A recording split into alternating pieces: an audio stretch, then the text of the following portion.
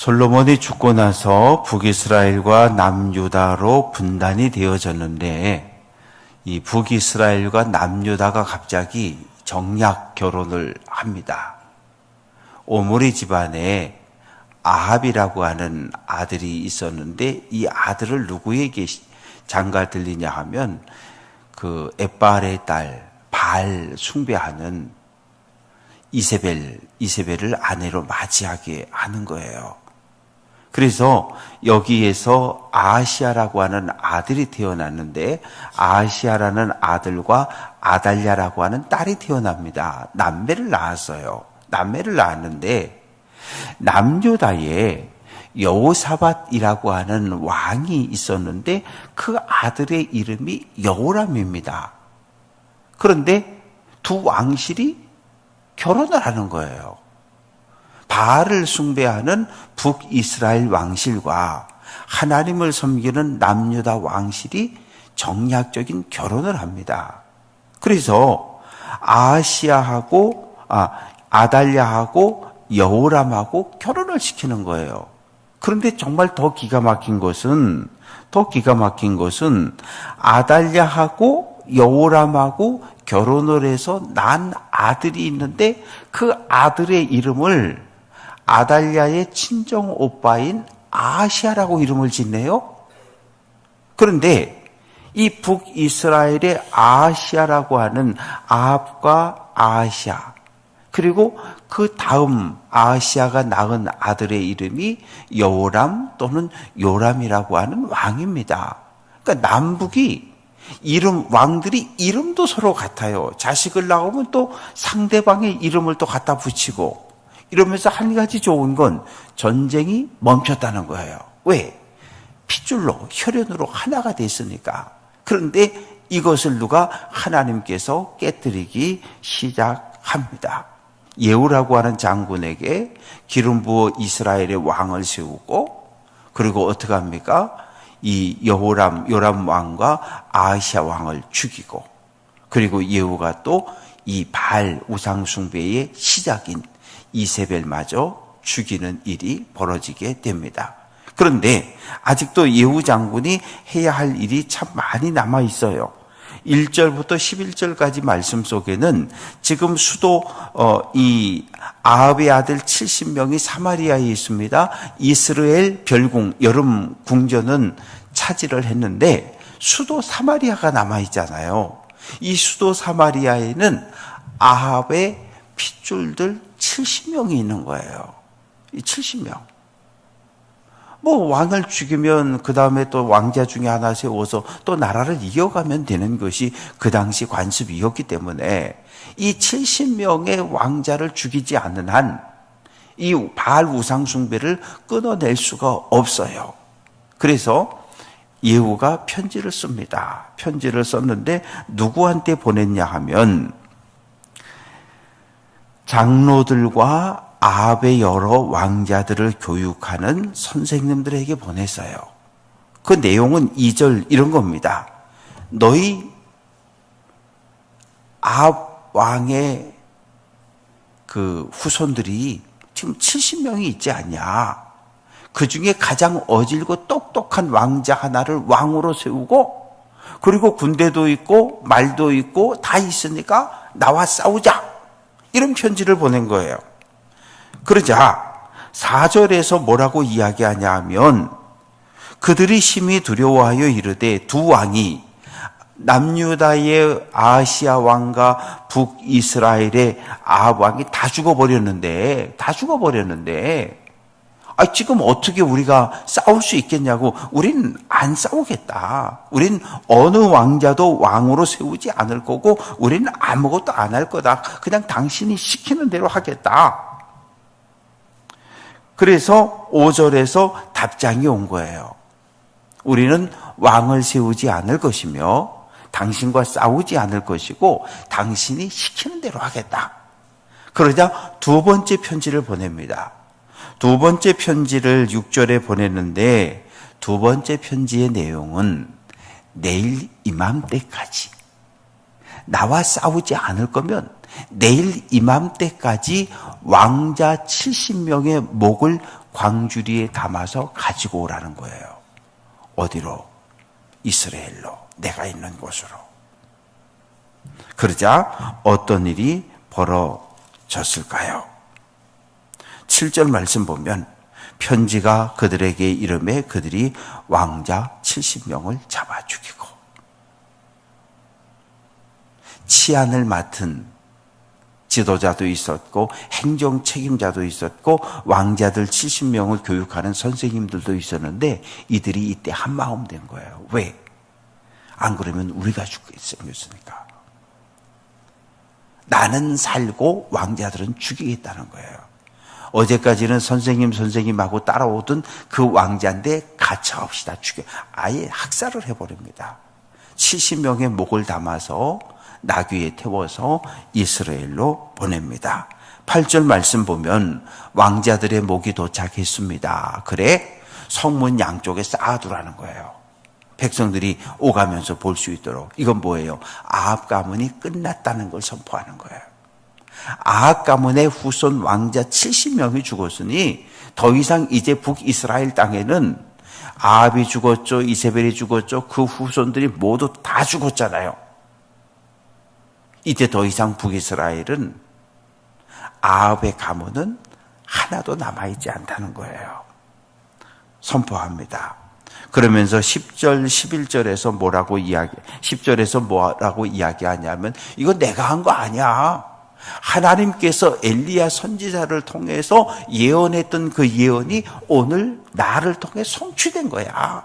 이렇게 백성들에게 선언하면서 11절에 아합과 관련되어진 모든 사람들, 이세벨과 관련되어진 모든 사람들, 바알 선지자, 아세라 제사장, 하여튼 그 주변에 빌붙어서 살던 모든 사람을 싹 죽여버립니다.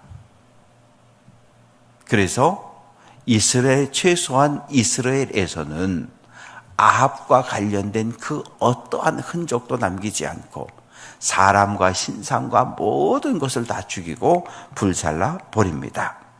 이제 12절에서 14절까지 말씀 속에 보면 이제 이스라엘을 점령했으니까 어딜 점령해야 돼요? 사마리아 수도를 점령해야 되잖아요. 30km입니다. 출발을 했어요. 가다가 보니까 이 버쩍버쩍 왕자복을 입은 아주 화려한 옷을 입은 사람들이 이렇게 한때가 올라오는 거예요. 이스라엘에서 사마리아로 내려가는 그 중간 지점에서 만났어요. 누구냐? 그랬더니 우리는 남유다 왕 아하시아의 핏줄들이라는 거예요. 어디 가냐? 이세벨 왕후에게 문안 인사 간다는 거예요. 요람 왕이 전쟁하다가 부상을 당했다는 소식을 듣고 문병을 간다는 거예요. 그래? 그래서 그 자리에서 42명을 모두 죽여버립니다. 그러니 북이스라엘의 바알을 숭배하는 왕자들 70명과 아달랴와 연결되어져서 이 우상을 섬기던 남유다 왕실의 왕자 42명이 모두 싹 죽임을 당하는 거예요. 그리고 이제 15절 이후의 말씀에 보면 15절부터 17절까지 말씀에 보면 예후가 이제 또 사마리아를 향해서 군대를 몰고 갑니다. 그런데 레갑의 아들 여호나답을 만나게 됩니다. 15절 중간에 내 마음이 내 마음을 향하여 진실함과 같이 내 마음도 진실하냐. 아비나답아, 나는 내 마음이 너를 향해서 진실한데 내 마음도 나를 향해서 진실하냐? 네, 그렇습니다. 그래? 그러면 너 나와 함께 가자. 그래서 병거에 타고서 함께 사마리아로 달려갑니다. 그래서 17절 말씀 보면 사마리아에 이르러 거기 남아있는 아합에게 속한 모든 자를 아예 싹 죽여버립니다. 그래서 아합과 이세벨과 연결되어진 모든 핏줄들까지 싹 정리를 했어요. 그리고 이제 18절부터 31절까지 말씀 속에는 예후가 한 가지 명령을 내리게 됩니다. 그 내용은 뭐냐 하면 아합 가문은 바울을 조금 섬겼다. 그런데 나는 아합 가문보다 바알을 아주 엄청 많이 섬길 거다. 그러니 내가 몇 월 며칠 8월 2일 12시에 바알 신을 섬기는 제사를 내가 공포한다. 그러니 북이스라엘 땅 전역에 있는 바알을 섬기는 사람, 아세라를 섬기는 사람은 단 한 사람도 빠지지 말고 다 모여라. 바알의 신당으로 모이라고 명령을 내립니다. 얘기를 듣고 보니까 지금 멀리 있는 사람들은 뭐 구테타가 일어났는지 반란이 일어났는지 아무것도 몰라요. 그냥 바알을 섬기는 큰 제사를 드리는데 한 사람도 빠짐없이 다 와야 된다. 그러니까 그래도 그 동네에서 바알을 잘 섬기는 사람들은 다 온 거죠. 다 온 거예요. 다 왔는데 바알 신당에 들어왔는데 이쪽에서 이쪽까지 아주 꽉 차버린 거예요. 앞에서 뒤까지 꽉 찬 거예요. 어느 정도인가 하면 어깨가 서로 부딪힐 정도로, 얼굴과 얼굴이 서로 닿을 정도로 아주 그냥 꽉 찼어요. 꽉 찼습니다. 그러자 22절 말씀 보면 예후가 바알 섬기는 사람들을 위해서 예복을 하나 준비한 거예요. 예복을 하나씩 다 나눠주라 그래요. 그냥 쉽게 표현하면 모두 검정색 옷을 싹 나눠줬어요. 나눠주고 너희들 서로 살펴보라 그래요. 살펴보라 그래요. 광고를 하는 거예요. 잘 살펴서 바알을 섬기는 일보다 하나님을 섬기는 일에 더 열심히 있는 사람이 있거든. 하나님을 믿는 사람이 있거든. 내쫓으라는 거예요. 찾아서 내쫓으라는 거예요. 그리고 뭐라고 이야기합니까? 번제와 다른 제사를 드립니다. 제사 드리라는 거예요. 제사 드렸어요. 바알이여 하고. 그리고 나서 80명의 군인들에게, 호위병과 지휘관들에게 명령을 내립니다. 이 안에 있는 바알을 섬기는 사람들 단 한 사람도 놓치면 안 된다. 만약에 한 사람을 놓치면 자기 목숨으로 대신해야 된다. 그러니까 80명이 눈을 뜨고서 칼을 들고서 모두 다 죽여버려. 한 사람도 남기지 않고 모두 다 죽여버렸습니다. 그리고 26절 바알의 신당이 있는 성으로 가서 바알의 신당에서 목상을 가져다가 불사르고, 당시 보면 바알이라고 하는 우상은 주로 돌을 깎아 만들었어요. 그러니까 보통은 이 바알 신상은 도끼로 깨 부십니다. 그리고 아세라라고 하는 신은 나무를 깎아 만든 목상이었어요. 그러니까 목상은 도끼로 찍어서 불에 태워버렸어요. 그렇게 하고 27절에 보면 변소를 만들었다. 나 똥 싸고 오줌 싸고 갖다 버리는. 다시는. 왜? 이 변소를 만들어서 똥을 싸고 오줌을 싸버리면 그것은 부정한 장소가 되잖아요. 그러니까 오늘까지는 거룩한 장소였는데 모든 동네 사람들이 거기다가 오물을 갖다 버리기 시작하면 그곳은 오늘부터 쓰레기장이 되는 거예요. 그러면 다시는 그곳에는 거룩한 성전을 건축할 수가 없어요. 그런데 29절 말씀 보면 딱 한 가지 아쉬운 것이 있어요. 예후가 종교개혁을 하기는 했는데 100% 완전하진 못했어요. 바알과 아세라를 섬기던 모든 흔적과 제사장과 이 열심인 사람들을 싹 죽였는데 딱 하나, 여로보암이 베델과 단에 세워놨던 이 금송아지 우상은 그냥 뒀다는 거예요. 그냥 뒀다는 거예요. 그래서 어떻게 보면 100% 종교개혁을 하지 못하고 한 90점짜리 종교개혁을 한 거예요. 그런데 그것도 하나님께서 뭐라고 평가하시냐 하면 30절에서 내가 나보기에 정직한 일을 행하되 잘 행하여 내 마음에 있는 대로 아합 집에 다 행하였다. 즉 아합 가문을 멸망시키고 바알 우상을 끊어내는 일은 잘했다. 그래서 내가 너의 가문에 복을 주는데 4대 동안 왕위를 이어갈 것이다. 그래서 정말 아합의 후손들은 그 4대까지 자녀손들이 왕을 이어가게 됩니다.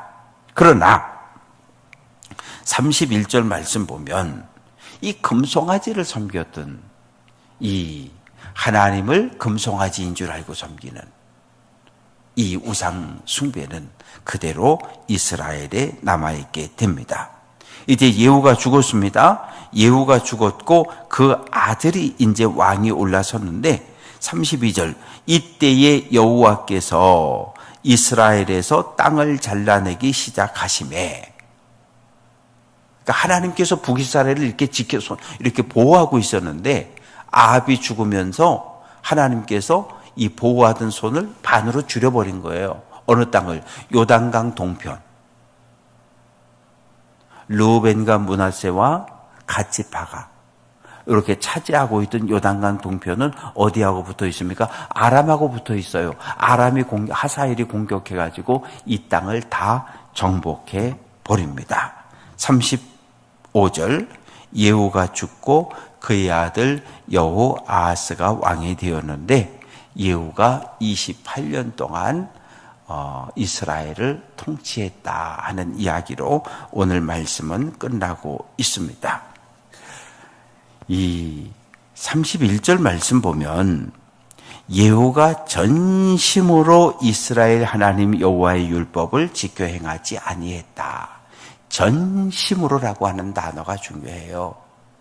전심으로라고 하는 단어는 온 마음을 다해 그런 거예요.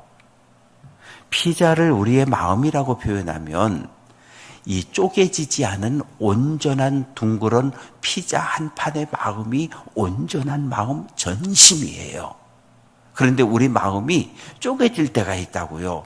반으로 쪼개질 때가 있어요. 반은 하나님께, 반은 내 생각이. 반은 하나님이 내 인생의 주인인 것 같아요. 인정하고 반은 그래도 내가 내 인생의 주인이에요. 반만 드리는 거죠. 전심이 아니라 2분의 1씩만 드리는 거예요. 2분의 1 절반도 많은 거예요. 왜? 4분의 1, 8분의 1, 32분의 1만 하나님께 드리고 나머지는 내가 내 인생의 주인으로 살아가는 사람들이 많거든요.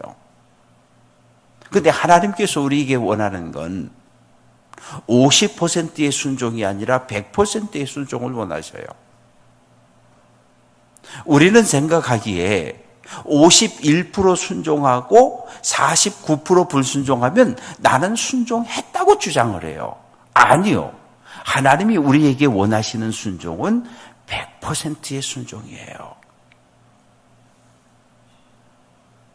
바라고 소망하는 것은 전심으로 하나님을 섬기며 하나님께 영광 돌리는 귀한 성도들, 우리가 전심으로 기도하고 전심으로 예배하고 전심으로 찬양할 때 우리의 기도가 하나님 앞에 상달될 수 있고 하나님의 응답을 경험하며 믿음의 삶을 살아갈 수 있습니다. 끊어낼 건 끊어내야 돼요. 하나씩 끊어내야 돼요. 신앙생활은 끊어내는 거예요.